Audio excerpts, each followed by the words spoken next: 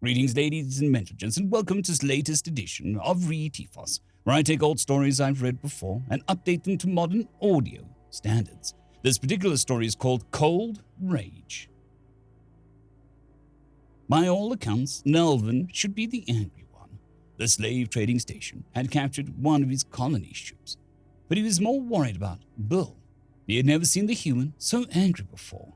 While he seemed calm, Nelvin knew him well enough to know that it was pure control. Bill was never one to shout.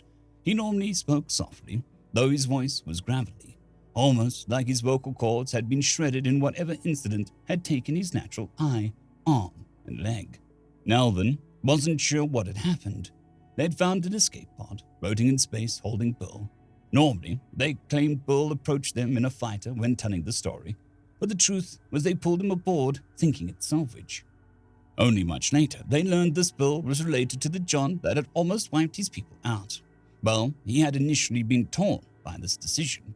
He had hated the human, but they had no choice but to accept his offer to help. They couldn't maintain the ships much longer. To Bill's credit, he never lost control when talking to the slave master on the other end. All Nelvin could think was the man was far braver, hiding his station surrounded by guards and talking to Bill over the transmitter. He doubted an in-person discussion would have been the same. Bill had started out calm enough. "You have a ship of mine. Release it." The slave station master's laugh was the worst reply that he could have made.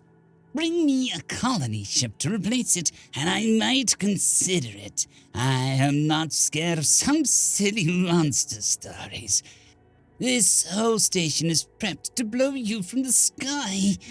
But know this, we will not hesitate to blow up that whole colony ship first. So don't try any of your theatrics here." The guffawing of the oversized throg would have angered Nelvin if he wasn't more focused on Bill in that moment. He noticed Bill's black cloak even recoiled from the human at that response. The glow of his red eye seemed like a fire reflecting off the screen. "You want a ship, huh?" Bill's scowl made Nelvin nervous.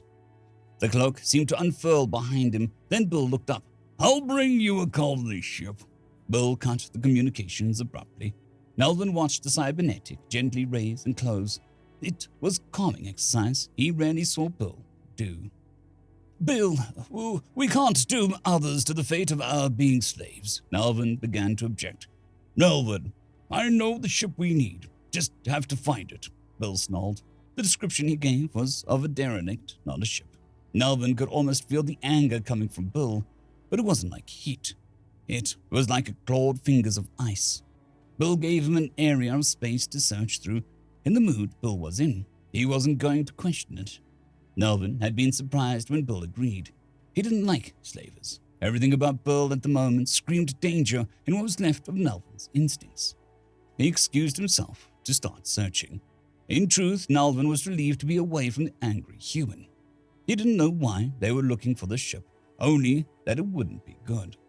Their colony ship bore his protective mark, which was well known. The red field with the white skull wasn't very subtle.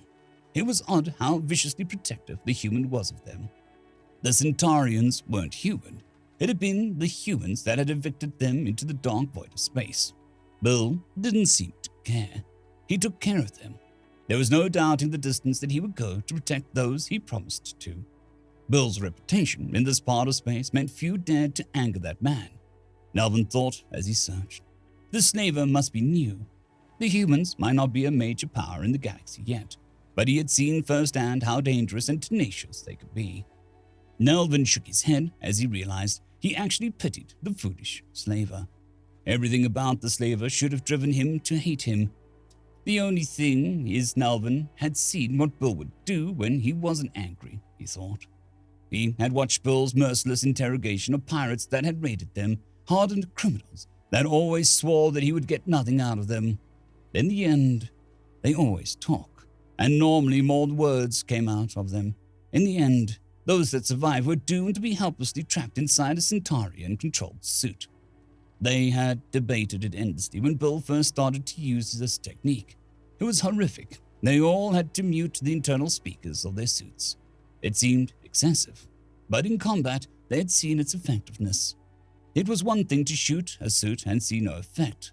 Most species assumed that they were robotic and became more fearsome. It was another to see the damage, and it kept moving. Bill's ominous black suit and ever-present cloak added to the ethereal air. He had been present when Bill had taken on galactic military vessels to salvage cores for their broken-down colony ships. Bill had definitely used his custom harpoons to rip the cores straight out of the one ship as he passed. It had been a 3-to-1 fight, but seemed almost unfair to the three. Bill had warped in on top of them. Nelvin still couldn't believe what he had witnessed that day.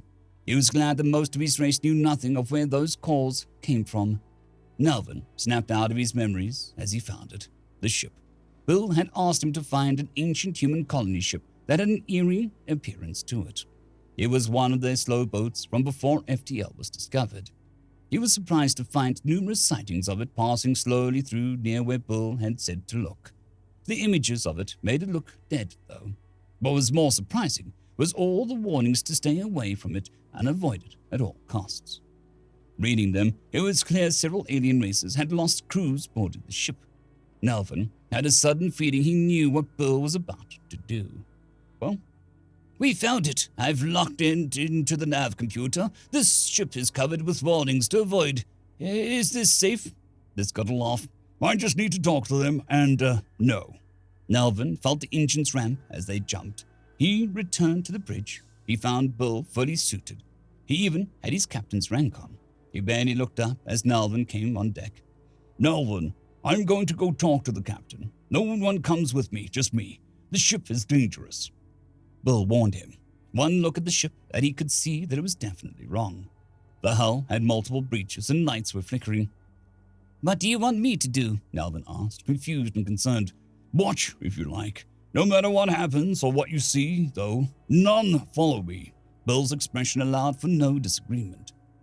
Nelvin had long since given up his physical body, uploaded it into his environmental suit, but as he looked at the ship, even his circuitry cringed. Bill was already leaving.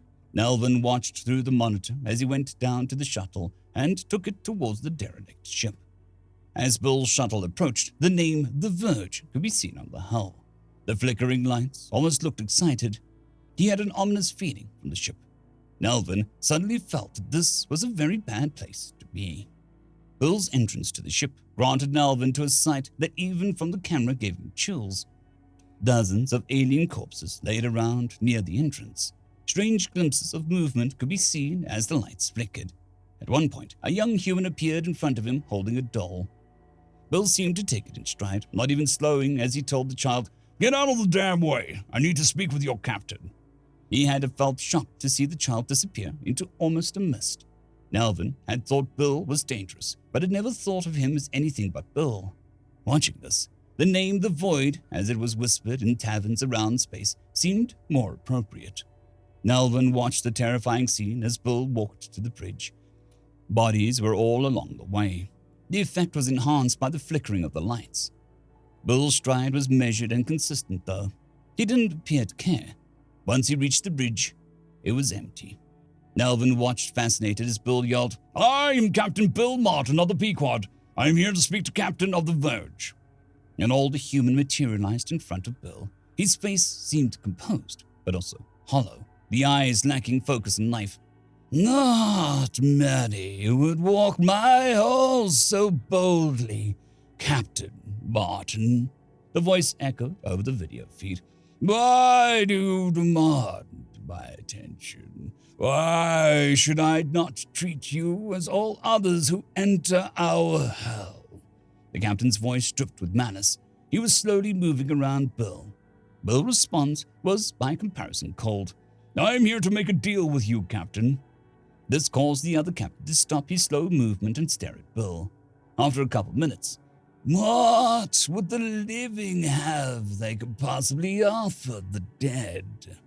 There was contempt in the statement. Nelvin realized what was actually happening. Bill was talking to the captain of the infamous human ghost ship. All those tavern stories and government warnings came rushing back to mind. He never believed them to be real. This looked bad, Nelvin found himself thinking, even for Bill.